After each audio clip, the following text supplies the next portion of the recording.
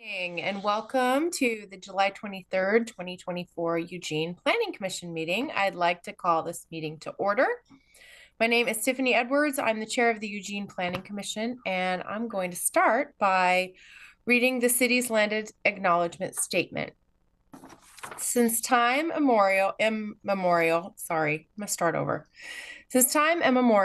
the Kalapuya people have been the indigenous stewards to our region, building dynamic communities, maintaining balance with wildlife, and enacting sustainable land practices. This land acknowledgement is a way of resisting the erasure of indigenous histories and to honor Native communities by inviting truth and reconciliation. Following treaties between 1851 and 1855, Kalapuya people were dispossessed of their indigenous homeland by the United States government and forcibly removed to the Coast Reservation in Western Oregon. As we consider the impacts of colonization, we also acknowledge the strength and resiliency of displaced indigenous people. The city of Eugene is built within the traditional homelands known as Kalapuya Ilahi. Kalapuya descendants are citizens of the Confederated Tribes of Grand Ronde Community of Oregon and the Confederated Tribes of the Siletz Indians of Oregon. They continue to make contributions in our communities here and across the lands. We express our respect for the inherent political sovereignty of all federally recognized tribal nations and indigenous people who live in the state of Oregon and across the nation. Therefore, the Planning Commission recognizes that what we do today will affect the many generations that come after us. All right, so thank you to everyone joining us in this virtual meeting format. Today, we will receive an update on the Urban Growth Strategies project with a specific focus on community engagement. Anyone wishing to join the meeting online can do so by following the instructions listed on the agenda for this meeting. Planning Commission meetings can also be viewed by watching the live stream available on our website or on the broadcast channel, Comcast Channel 21. Our first agenda item is a work session on Urban Growth Strategies update, and I will turn it over to Terry Harding to begin the staff presentation. Thank you, Commissioner Edwards. I'll trust that everyone can hear me and see what I'm showing unless somebody interrupts me and tells me otherwise. I'm going to start sharing and then we'll do introductions once we begin the presentation. So bear with me a moment.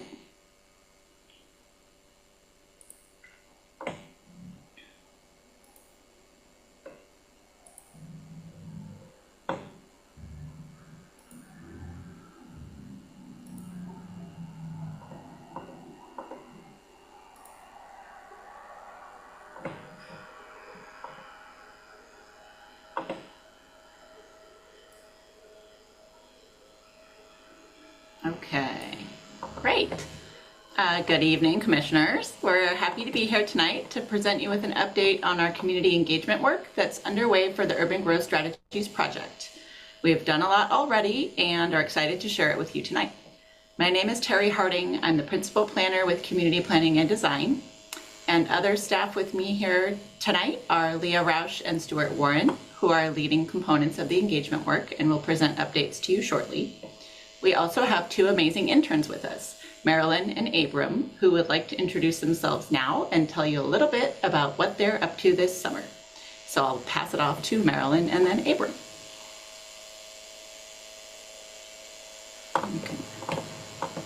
Hi, everyone. Thank you, Terry. So my name is Marilyn Tabia, and I am a housing and innovation consultant for the City of Eugene Planning Division. I just graduated from UO with a master's in community planning, and in my role, I try to help find local events and opportunities where we can implement and engage with community members to support the work of urban growth strategies. And one of my main goals as an intern is to listen to diverse perspectives from underrepresented voices and how this engagement then informs policy. Thank you. I'll pass it on to Abram. Good evening, Commissioners. My name is Abram Tapia. I am thrilled to work as a housing and engagement intern here alongside Marilyn this summer. I'm currently pursuing my master's in community regional planning at the University of Oregon, and I anticipate to graduate in 2025. In my role, I have staff tabling events like the Pride Block Party for National HIV Testing Day downtown. And at these events, Marilyn and I have so far engaged 180 community members. Thank you for the opportunity to address you tonight. Thank you. Thank you for that introduction. For the rest of the agenda this evening, we'll be doing a brief community engagement plan refresher. We'll be talking about key questions that we're asking community members and groups, provide some updates on our engagement activities, and then talk through some refinements to our approach on equity-focused engagement. We'll ask you to save your questions for the end, and we'll have plenty of time for that at that time. So first off, I'd like to hand it to Stuart. Good evening, commissioners. My name is Stuart Warren. I'm an associate planner on the community planning and design team. I'm going to provide you tonight with a quick refresher on the Urban Growth Strategies Community Engagement Plan that you all approved this February, and you did that acting as your role as the Committee for Citizen Involvement. The Community Engagement Plan is included in your AAS as Attachment A. Urban Growth Strategies has 5 project phases. Many of them are ongoing. The first phase is implementing the Community Engagement Plan. During this phase, staff are getting out in the community and just talking to folks. The second phase, the Housing Needs and Priorities phase, is an ongoing piece of our work plan. Our team is working with a wide range of organizations, community leaders, and folks from the community to gather views on current and future housing needs. This phase is being informed by 2 technical reports, the Housing Production Strategy and the Redevelopment Analysis. The third phase, the Technical Analysis of Land Needs, will show whether Eugene currently has enough land within its urban growth boundary to meet the need for current and future residential, commercial, and industrial uses. Community engagement for this phase is slated to begin closer to the end of 2024. The fourth phase, the policy outcomes phase, is being informed by ongoing community engagement and technical analysis. Lastly, and the only phase that has not yet begun, is the adoption process. This phase is slated to begin in 2026. I want to pause for just a second to reflect on the magnitude of work that is ongoing and say that we've been really busy. And I'm super proud of the work we've been able to accomplish so far. As a reminder, Urban Growth Strategies, or UGS, is a multi-year project and planned to run through 2026, with some components extending to 2029. The timeline on the slide shows you the many different components of UGS and their time frame. Most of these components are scheduled for potential adoption in 2026. Some of these components, like employment planning, housing planning, and phase 2 of the Envision Eugene Comprehensive Plan, are all part of our current work plan. At the very bottom of the graphic in black is the community engagement component, which runs all the way to 2025. This is the component we will focus mostly on in tonight's presentation. The Urban Growth Strategies Community Engagement Plan is focused on elevating the voices of underserved community members, or what we refer to as equitable engagement. As part of the Climate-Friendly and Equitable Communities rules, the city is required to conduct an engagement-focused equity analysis. Through this analysis, the city will assess the benefits and burdens of climate-friendly area designation and policies based on the stories and lived experiences of underserved community group members. While this analysis is not required for the housing production strategy or comprehensive plan updates, we anticipate that many of the benefits and burdens expressed by community members during the analysis will provide valuable insight for citywide strategies and tools. As we've discussed in the past, underserved community groups are defined in Oregon Administrative Rule, and centering the voices and experiences of these groups is a core value outlined in the City of Eugene's public participation guidelines and the city's strategic plan. You may be wondering, why is it so important for us to center marginalized voices in this planning work and ultimately in decision-making? There is a well-documented history of decades of discriminatory housing and land exclusion policies that have kept communities of color from opportunities to build generational wealth in housing and land ownership.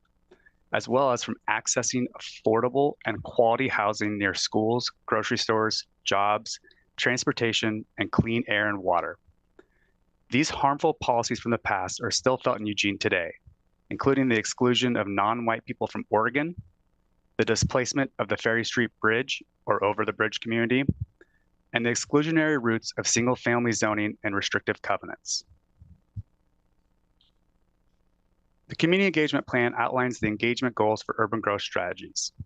These goals are to inform the community using project materials that are accessible and easy to understand, and use balanced, objective information to aid in understanding opportunities and solutions. Proposed tools, actions, and policies from urban growth strategies will be prioritized and refined based on public feedback and technical analysis. The plan also has goals for both broad-reaching and targeted engagement.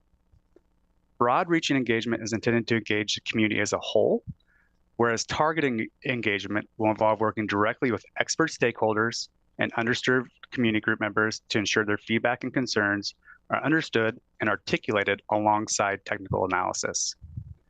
Planning commissioners, city council, and the Board of County Commissioners will consider the outcomes of both the technical analysis and the community engagement in their decision-making. The Community Engagement Plan also has a high-level timeline on page 4, and it's replicated on the current slide.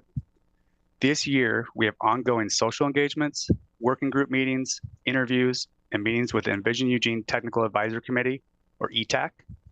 We hosted a successful open house in June, which many of you attended, and have another one planned for early next year. In 2025, we're planning for a series of meetings with the Planning Commission, as well as additional social engagements and working group meetings. Later in the presentation, Lee will provide you with a brief overview of the engagement activities we've completed so far. The Community Engagement Plan outlines a wide range of activities that staff is using to engage the Eugene community. Page 7 of the plan has more details for each activity, but this slide shows the complete list of them. We are digging deep and relying on as many tools as we can to create space for community input. These activities are wide-ranging and cover everything from focused engagement, like the social engagements, to more broad-reaching activities like the open house. Switching gears a bit now, I'm going to talk about the focus areas of the current engagement activities that I just spoke about. This slide shows the key questions we are asking the community about their housing needs and priorities. We are asking these questions during activities like tabling at community events and during the first social engagement. What are the barriers you or someone you know have experienced when looking for the housing you want, need, and can afford in Eugene? What are the qualities of the housing you have that you value? And what about the housing that you'd like to have? What qualities do you want in your neighborhood? For example, do you want to be able to walk to places, or do you want to live close to grocery stores? Staff are also asking the community to reflect on staff's draft housing planning goals for the housing production strategy. Staff wants to know if we have the right goals or if we are missing any goals or topic areas. Staff is also asking the community for their input on the actions the city should take to advance the draft housing planning goals. Our team has been asking these questions during activities like the open house and the working group meetings. Staff are also asking questions that will inform the policy outcomes of urban growth strategies. One compact development strategy staff is exploring is the policy support for existing and new mixed-use centers. These are areas where people can live, work, shop, and play without depending on a vehicle. Staff is asking the community, where are the current centers that you frequent? Where should future centers be located? What are the most important considerations in designating future centers and/or climate-friendly areas, or CFAs? And what areas are community's top priorities for future climate-friendly areas? We are asking these questions in our online survey and mapping activity and during the open house and tabling event. The illustrations on the right side of the slide were drawn by our urban designer, Annie Lowe, and depict 3 different scales of mixed-use centers.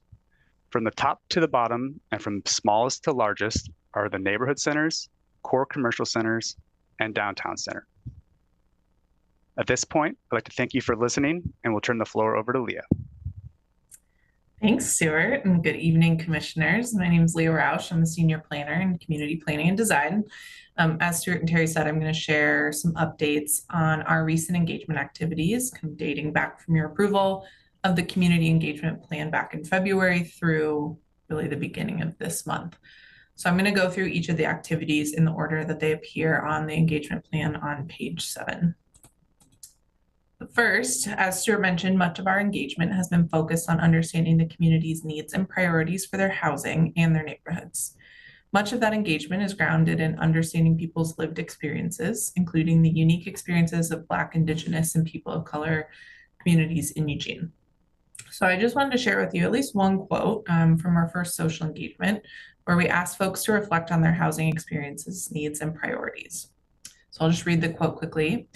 When we moved to Eugene, I was a baby and mom was single with 5 kids. We couldn't find a place to live because landlords wouldn't rent to a white woman with Black children. At first, we stayed with friends, but then we were unhoused. We eventually found a place to live and grew our own food. I'm a protective mom. My apartment includes a locked gate that keeps my children safe.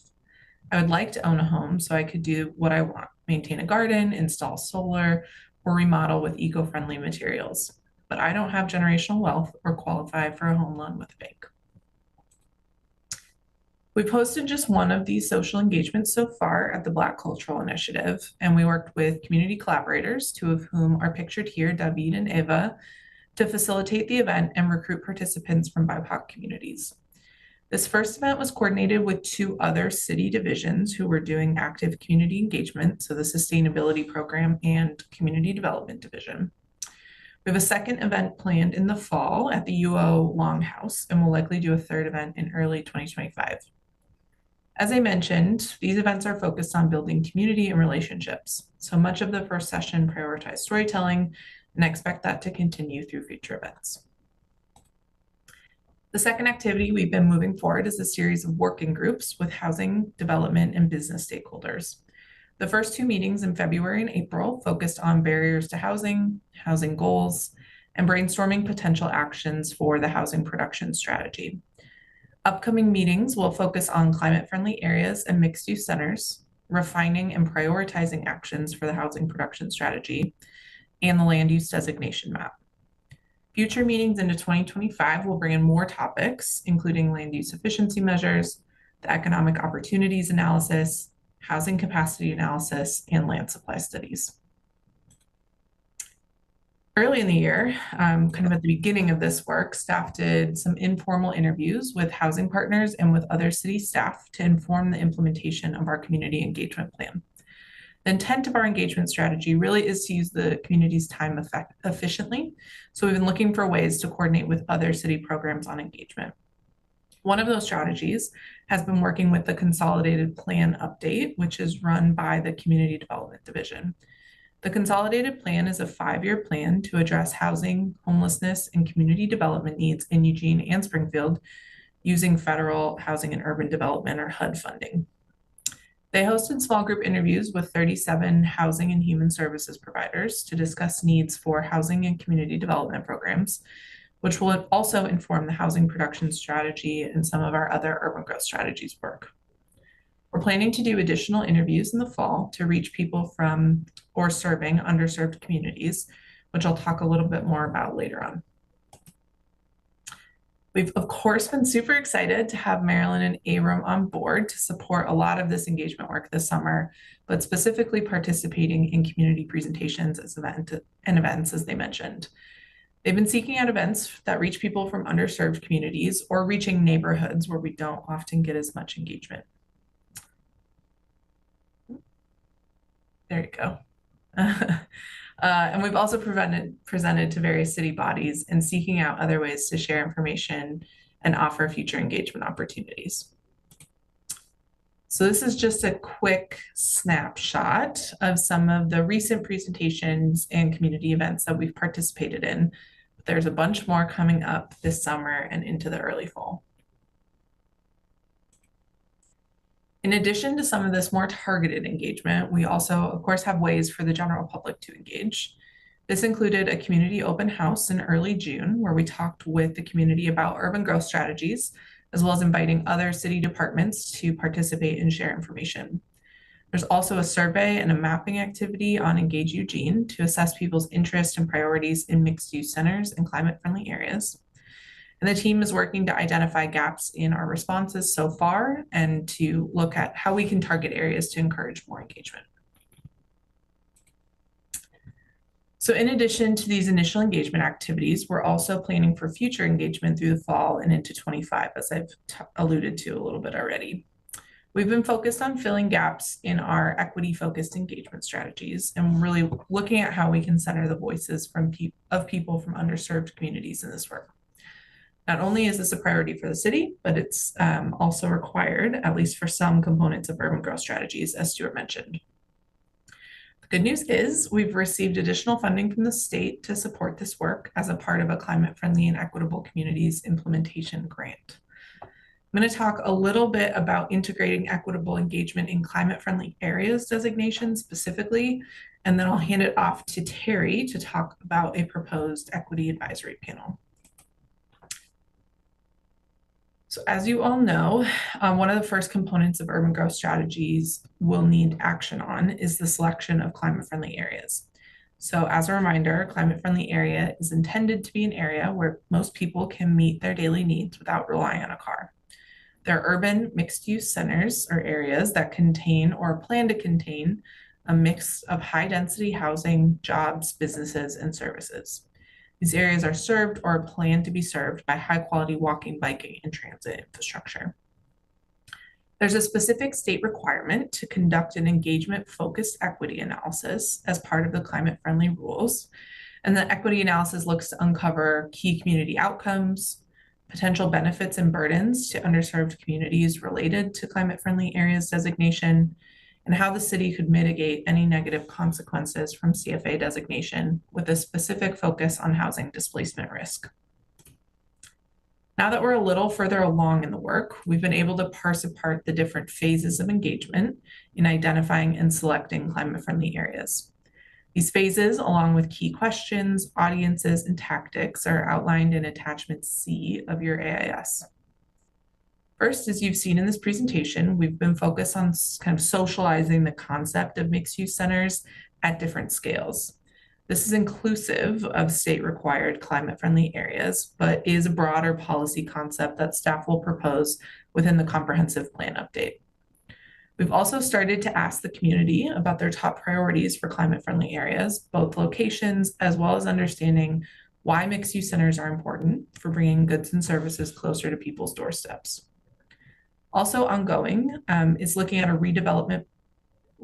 redevelopment potential for our climate-friendly areas. This so far has been a technical analysis to understand where this tool can really catalyze higher density mixed-use development. The engagement that goes with it will be mostly focused on technical stakeholders, including the ETAC and working groups. The next two phases are, I think, where we're investing additional resources to complete that engagement-focused equity analysis. We'll be working to reach underserved communities to better understand and articulate the potential benefits and burdens of climate-friendly areas designation, as well as what tools the city has to mitigate any of the potential harms or burdens. We expect that those mitigation strategies will be implemented through the housing production strategy. So what this looks like in terms of tactics is a more thoughtful and comprehensive approach to reaching underserved communities.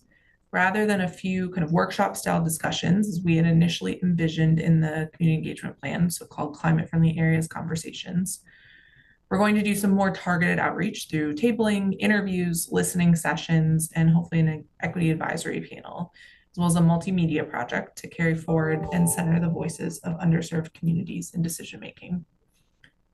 As an example, we have a listening session planned with residents at Peace Village in August. This is an opportunity to reach a mix of lower income community members who are really interested and engaged in conversations on housing needs and access to community resources. We'll talk with them about the benefits and burdens of more dense housing development in walkable neighborhoods in the style of climate-friendly areas. Our consultant, Julie Fisher, and her community collaborators will support this additional targeted engagement. So with that, I will hand it off to Terry to talk a little bit more about the Equity Advisory Panel. Thank you, Leah. I'm just going to take a deep breath. We're almost done with the presentation. We know this is a lot. You commissioners might remember the Equity Roundtable that we used during the Meadow housing process. That panel advised project staff and participants, also presented to the Planning Commission. The city has also recently completed a digital equity project that used a panel of community members to advise staff on equity issues. And that was about access to high-speed internet. For urban growth strategies, we're looking to build on past success and continually improve the effectiveness of this engagement tool. We are collaborating with Office of Equity and Community Engagement on how to structure the panel, as well as looking to best practice models from other cities. At this point, the Equity Advisory Panel is envisioned to be made up of individuals from underserved communities with a focus on Black, Indigenous, and people of color. Participants will be compensated for their time, and their role is to advise staff throughout the Urban Growth Strategies project by applying an equity lens to our policy recommendations and to our approach to equitable engagement. Using the Venn diagram on this slide, we're working to identify people in the community that have lived experience as a member of an underserved group, knowledge of the field of housing and urban growth planning, and subject matter expertise. An example might be a young person of color working as an architect designing housing, which is a real example. We anticipate the meetings starting up in the fall and continuing through mid-2025. And we will make sure to offer the opportunity for Equity Advisory panelists to present to you at future meetings. Currently, we have a variety of tools live and available, including a survey, the mapping activity about mixed-use centers, and engagement updates and lots of content on our project website. You can scan the QR code on the screen to take you directly to the survey, or you can find all of this information on the project website listed here. Next steps for the Planning Commission are that we will be coming back to you on August 27th with more information on climate-friendly areas, including the results of the redevelopment analysis. City Council will get this same information at an update in September. And the Commission will then have the opportunity to make a recommendation on climate-friendly areas in October for Council's consideration by the end of the year. We don't have that Council meeting scheduled yet, but we're trying for late November. And thank you for your attention. I'm going to stop sharing now and open it up for questions and feedback. Great, thanks, Terry. Do any commissioners have any questions? And I apologize for my glitchy connection. My internet's not working all of a sudden. So I think I can see almost everybody. So if you do this to your hand, I can see you easiest. Anybody? Really? No questions? Oh, here we go. Okay, Commissioner Isaacson, then Commissioner Fragola. I see you guys. Yeah, I just wanted to ask staff, and thank you for the presentation. It was very detailed. I'm really glad to see the community outreach that we're already undertaking and kind of the plan for the future. I was wondering, it seemed like the events that we've had thus far are a little sparse in kind of the Coburg Road, that side of the map. Can you detail a little bit of what the plan is to engage those folks, and also what are we doing to engage people that we don't normally engage with to kind of expand the pie a little bit from our kind of a normal crowd of folks that we normally get feedback from? Thanks.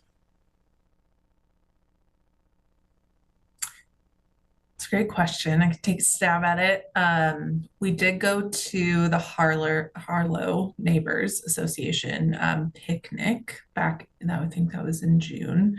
So that was one event kind of in the northeast part of the city. I will say that's an area that I've identified specifically for climate friendly areas that we don't have a lot of good tactics up there right now, or specific events. A lot of the events we've looked at so far have been kind of citywide in their scope and tend to happen downtown or in a park or in conjunction with the neighborhood association. So definitely open for ideas and recommendations in that neighborhood, especially because some of the potential areas we're looking at for climate friendly areas are up along Coburg Road. So it's a great opportunity to talk with folks up there. In terms of your second question around how we're working to engage people who don't typically engage, that's a great question. We know that like city hosted events are folks who are comfortable coming to a city event or have engaged with us in the past or on our newsletter.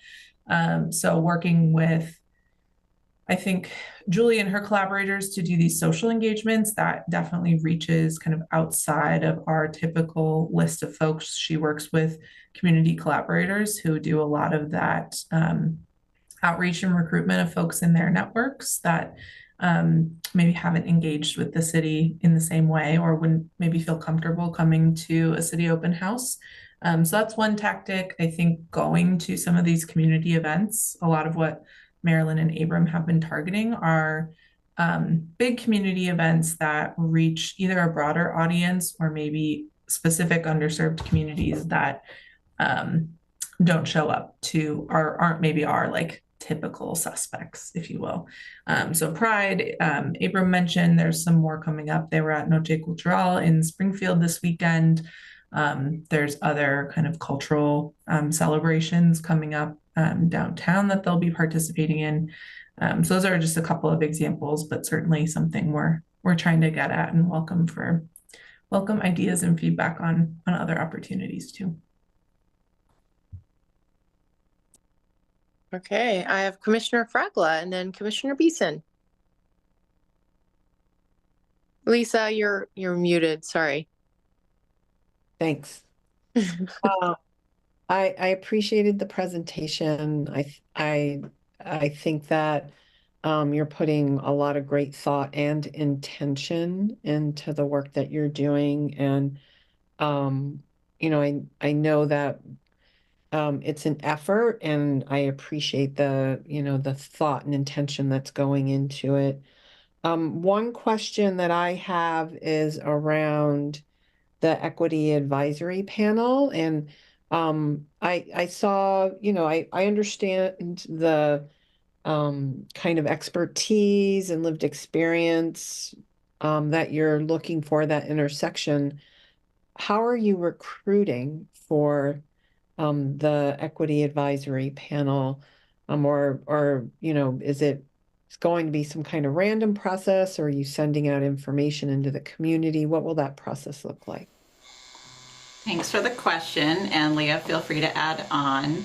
We're in the middle of talking about that right now. What we've already talked about is working with Julie Fisher, our consultant, and her community collaborators in the targeted outreach that has already begun to use those events to identify folks that might fit into the Venn diagram. So the social engagement that was hosted by the Black Cultural Initiative is one example. Then there's a list of interviews that have happened and are coming up. For example, the event at Peace Village might be a place to do some recruitment. And we have another one planned that'll be hosted by the Longhouse in September. So those are some examples. Open to hearing about that, but also want to mention that these folks, as we did for the Middle Housing Equity Roundtable, they're invited to serve because they serve a particular perspective that we're looking for.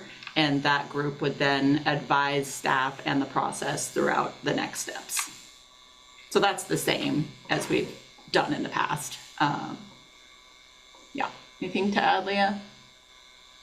I guess I would just add, and maybe this is embedded in your question, Commissioner Fragala, is that it won't be like a lottery selected panel like we did with Healthy Democracy.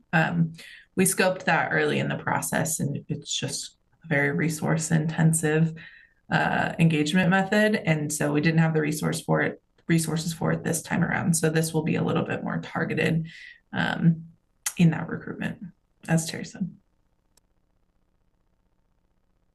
All right, Commissioner Beeson. Thank you.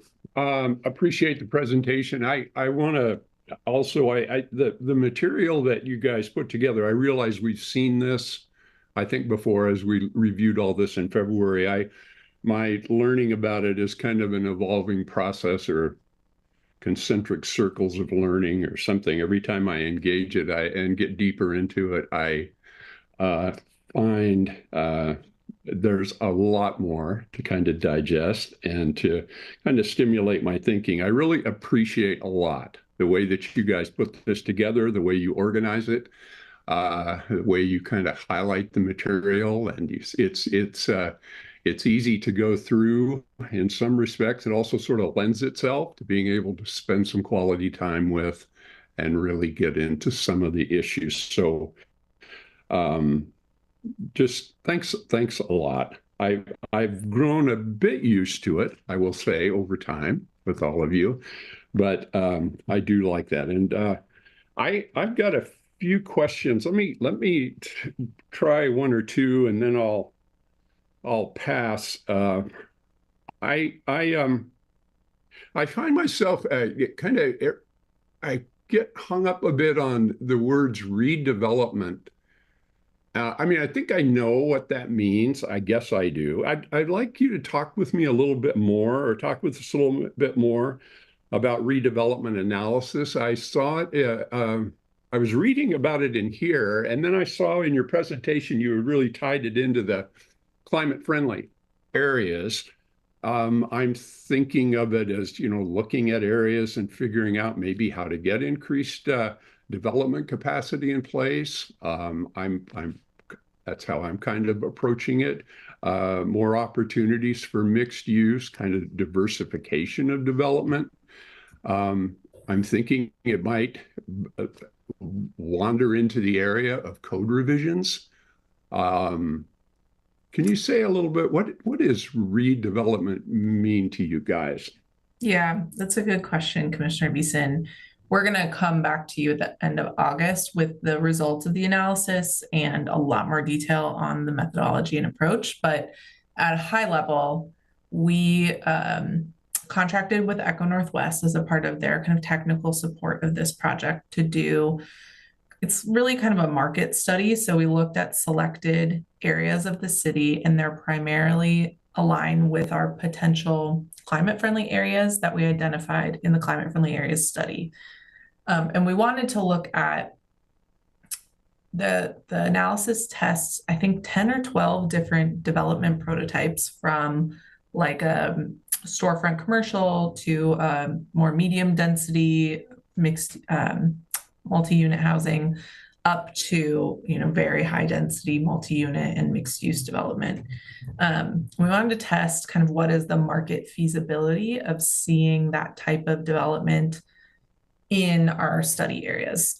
Does the climate-friendly areas designation help with that viability, and what other financial incentives might be needed to make that market feasible development?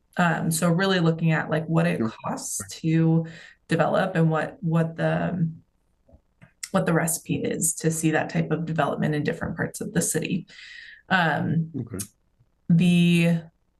We look at it as a redevelopment analysis because the areas that we analyzed are primarily developed already. So it's along our transit corridors and our core commercial areas, downtown areas that might have a little bit of vacant parcels, but are mostly developed. So we'd be looking at what would make it worth it to scrape what's there today and rebuild something more dense or mixed use, and or mixed use.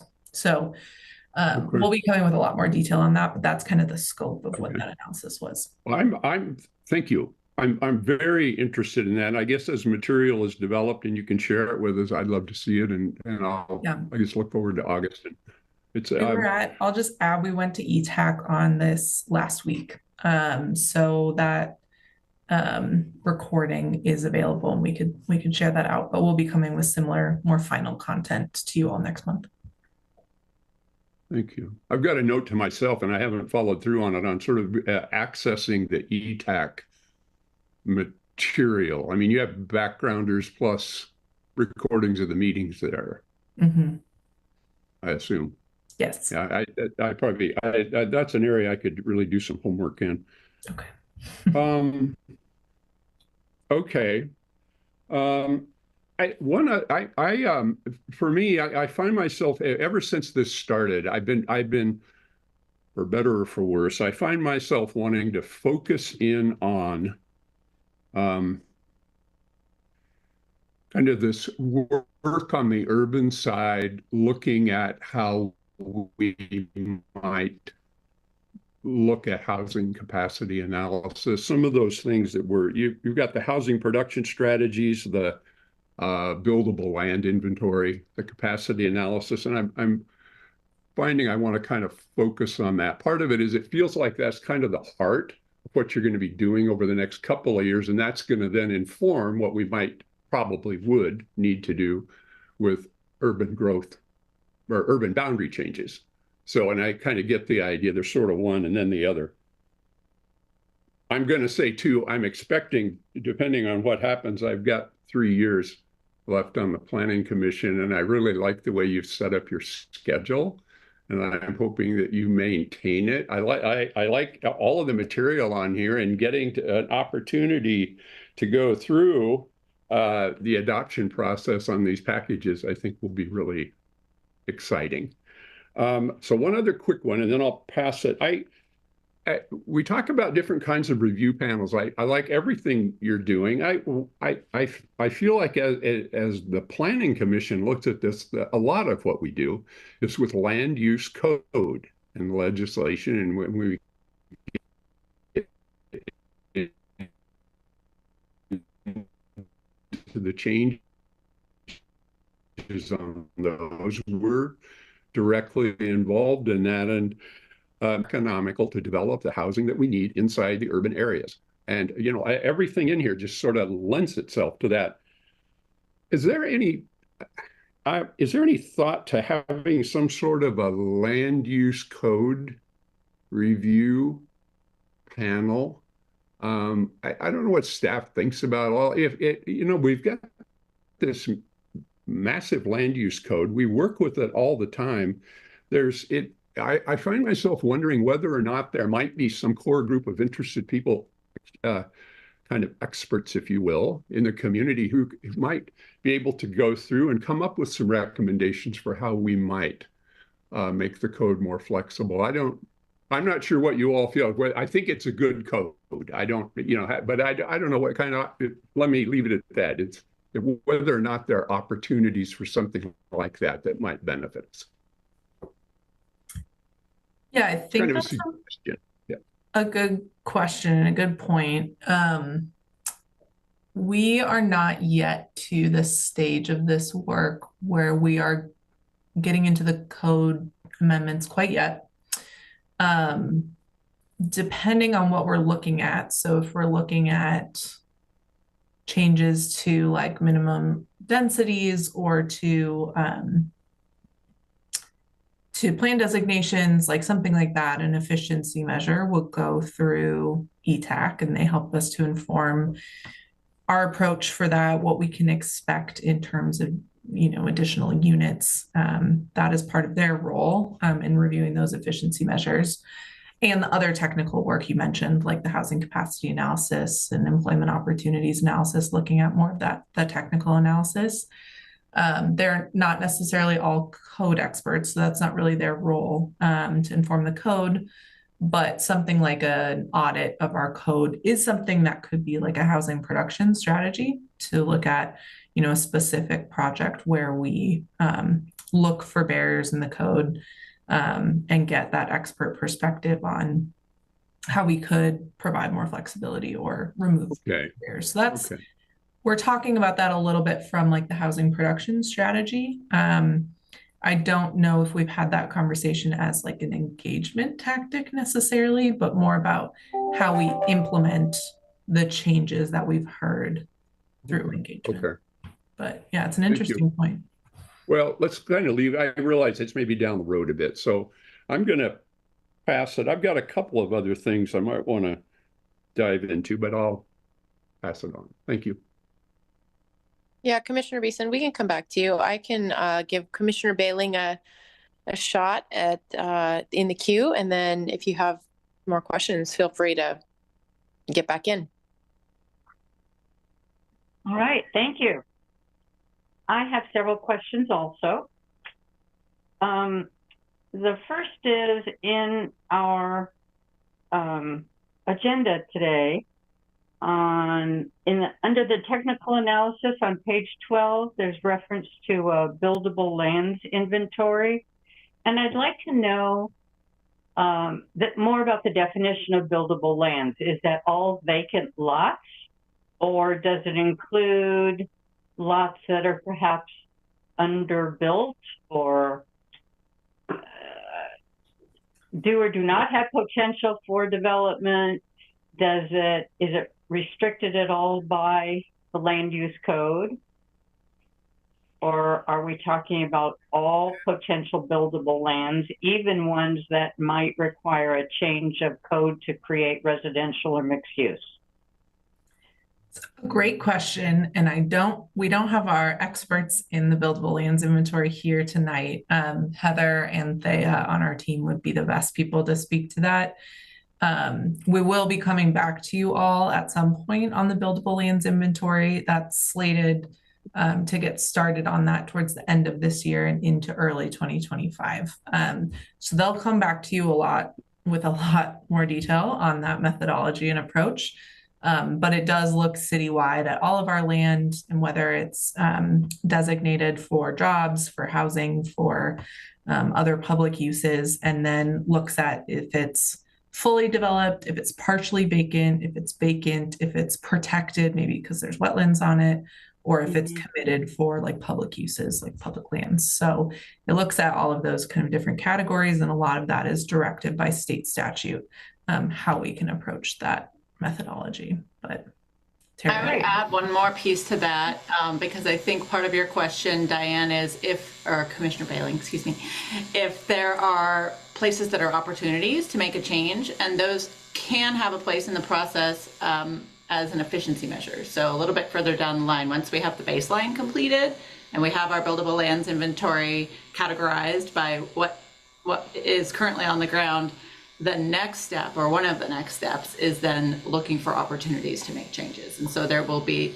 part of the process, and we'll be able to take a scan and ask different public agencies if they have land that they're not using, or if there are ideas from people on our working groups or in the community to make a change. There will be room for that. Great. That's good. I'm glad to hear. It sounds like it's going to be very broad and far-reaching. That's what I was hoping to hear. Thank you. The next question I have is about some of the public events that will be coming. When we had the June 5th open house, we got into funny issues about how many commissioners could attend at any one time without it becoming a meeting or something like that. And I want to know, will we be allowed to attend any of the public events and talk to people and get engaged as members of the public and not just commissioners? Maybe it's a question for Lauren. And I can take a stab at it, and Lauren, maybe you can pop on if I miss anything, but we are hoping, we definitely have the ability to invite all commissioners if we advertise it as a meeting. And so that's always an option for us to do. If we have a big event coming up and we want to make sure that you can all be there, we just have to take a couple of extra steps to make that happen. Okay, great. Great. And my last question is, I wonder if, as a city, if our staff, our planning staff, if you are looking elsewhere in the state or the country at models, any other success stories that are inspiring to you. I'm thinking not just of mixed use, like the Pearl District in Portland and Santana Row in San Jose, Those are a couple that I think of for mixed use that have been extremely successful. And I don't know what it took to get those to happen, but anything like that where in addition to the mixed use, all these other activities, you have cohorts, colleagues, people elsewhere that have great ideas that you can tap into. I can start, and then I'm sure others have things to add, but some of this work is very dictated or guided by state law. And so some of it we have less flexibility to be innovative, like in the buildable lands inventory or some of these other more technical pieces. But because this is a huge suite of work, there are some places where we definitely do have room to be innovative and learn from our peers, either in Oregon or across the country. The housing production strategy that I'm working on certainly has opportunities to think creatively and learn from other cities about what is successful in supporting more housing production and supporting more housing that is affordable to all income levels, whether that be reducing barriers or funding, incentive programs or kind of other strategies. So that's certainly a place where we're working with our consultants, working with the community to think about what those opportunities might be.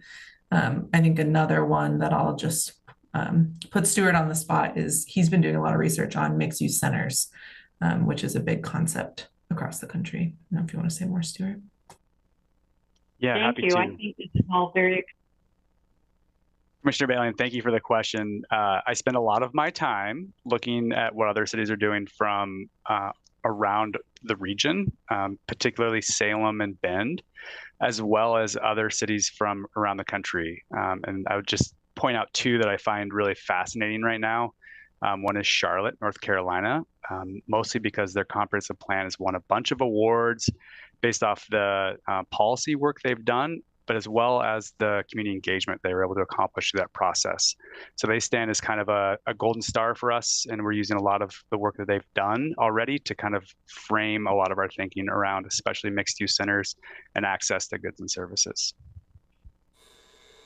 I'll just throw in one more example because I was really happy to find this example.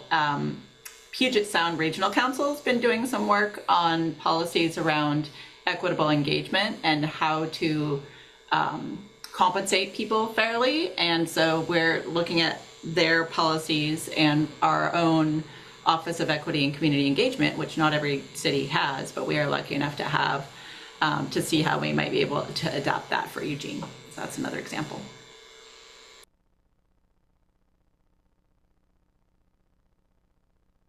All right, so Commissioner Bailing, did you have any more other questions? Okay, Commissioner Beeson, did you want to go back and you had some more questions, so. Well, didn't I say that? Yeah, I did. A few areas I might wander into. I may hold a bit. I know this is going to be a multi-year project. I have some of the same questions that Commissioner Bailing did, which I think are down the road a bit on the housing capacity. I'm really into the idea of how do we look at our land capacity. And as I think I probably said a few times in the last year, I'm into the concept of vertical capacity as well as horizontal. And I think we do not need to get into any of that tonight, but I'm just sort of interested in how we figure out to utilize the capacity in the urban area as efficiently and effectively as we can. And I think that's going to be pretty hard to do, but I'm fascinated with the idea of it. So maybe I'll just kind of I'll kind of leave it at that. I think I've kind of covered what I need to. I may have some other stuff for you guys offline, but I'll look forward to the next meeting. And I really appreciate what you're doing here. Thanks.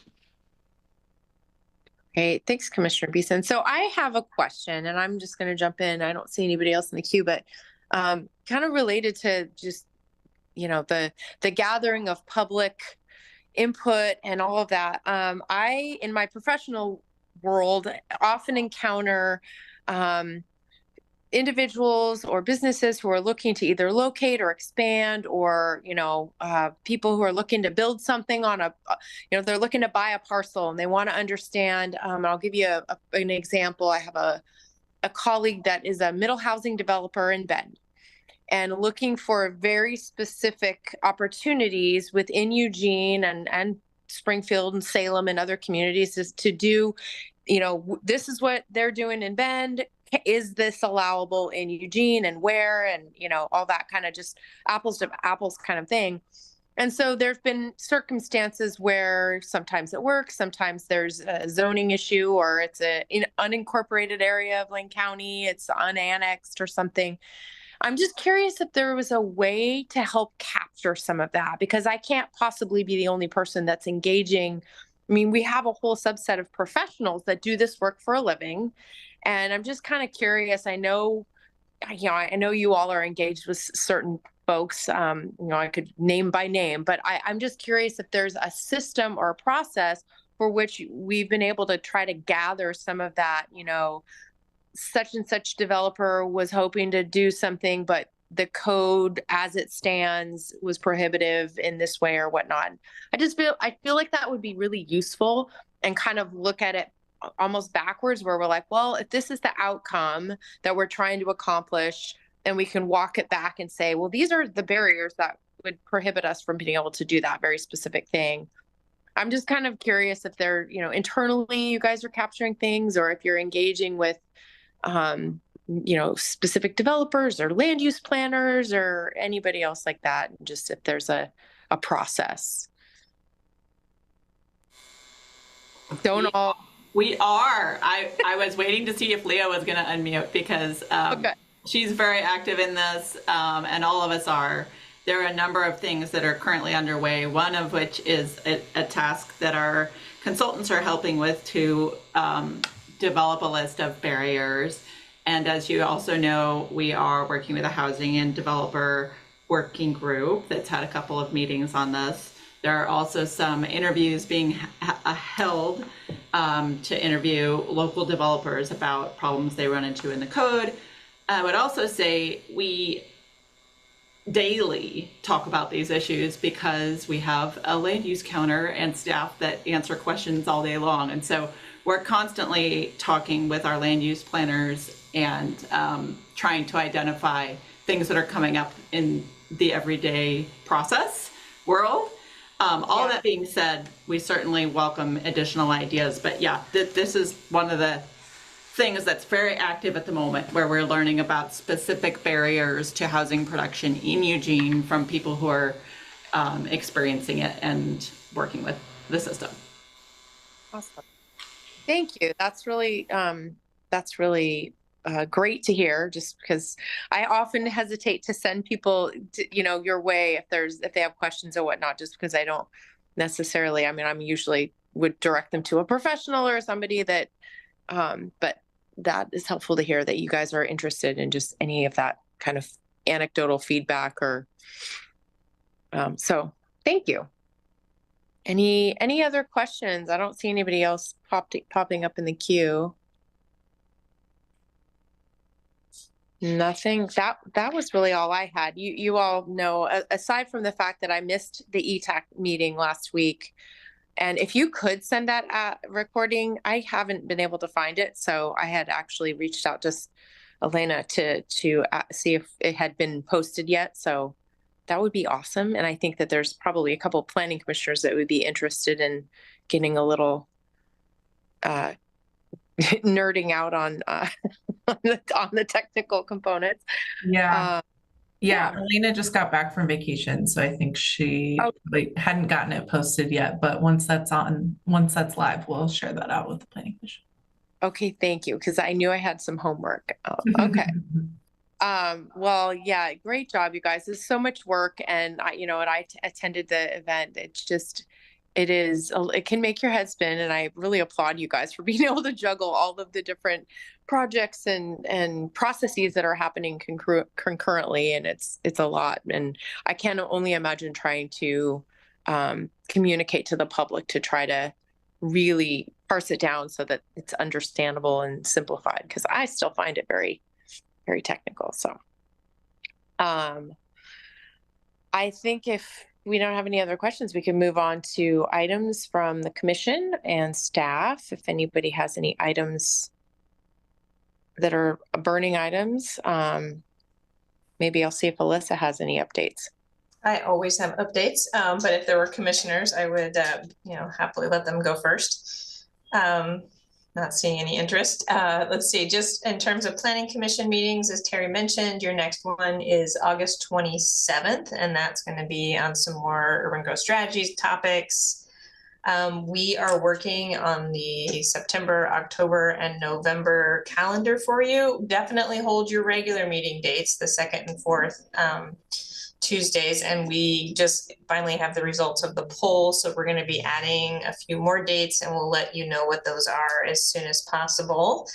But you're going to have a busier fall, much busier than your summer, so just be prepared for that. We anticipate a couple of public hearings on code amendments, potentially an appeal on a land use application. There will be more UGS work always. And then, as we talked about at your retreat, kind of get an annual legal training for you sometime this fall as well. I think I talked about this before. I've been mentioning that the sloat room really was going to get a remodel, and now it really is. And that's going to start this fall. So we're going to be virtual for the time being. I know that's not ideal, but it's going to be fantastic when we have the sloat room here in the atrium building updated. It's gonna, it will be modernized in terms of technology. There will be a hearing loop, and there will be some adjustments to the kitchen, the color of the furniture. It will be much snazzier than it is right now. So it'll be good to finally have a permanent home again for the Planning Commission.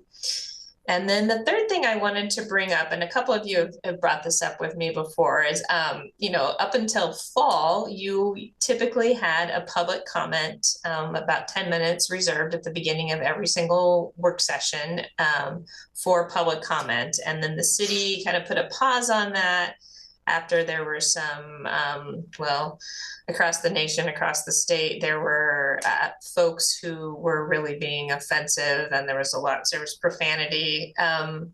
And so we put a little pause on that because it wasn't required public comment, and we kind of wanted some of that to settle down and for the city to come up with some guidance for how to proceed, knowing that we could still receive some public comment that's not necessarily relevant to your work, but that people wanted to give. And so at first I wanted to just double check and make sure that you all were interested in reinstituting a public comment, like a 10-minute as you had before. I see a thumbs up from Commissioner Beeson. Are there some head nods or thumbs up if you're interested? Okay, that's great. So I am happy to hear that.